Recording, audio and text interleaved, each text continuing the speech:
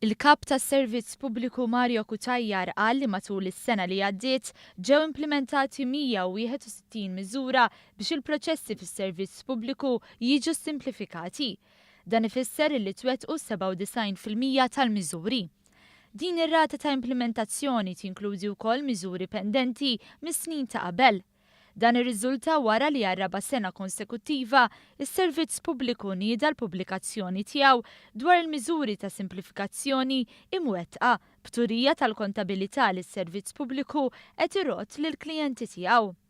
F'konferenza tal-aħbarijiet, is-Segretarju Permanenti Ewlieni Mario Kutajjar qal li f'4 snin ġew implementati aktar minn 600 miżura. Huwa qal li dan il-proċess li nbeda taħt din l-amministrazzjoni huwa xhieda ta' tmexxija miftuħa li ma tiddejjaqx li jsir skrutinju tal-operat tagħha.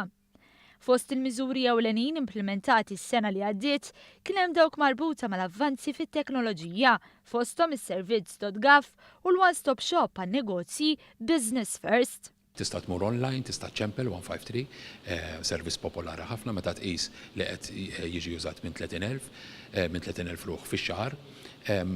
Pereżempju għandna l-websites 180,000 hit fuq service.gov li mhix ċajta. Is-Segretarju Parlamentari Giulia Farrugia Portelli saħqet fuq l-importanza li nkomplu tilajn tarġa oħra sabiex is-servizzi governattivi jsiru dejjem aktar customer oriented.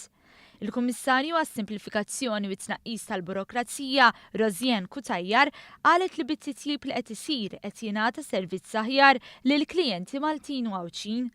Semmiet kif beda jiltaq uffiċjalment il-kulleġġ tar-regolaturi maħsub biex isir titjib ukoll fil-kundizzjonijiet tal-kumpaniji żgħar u medji.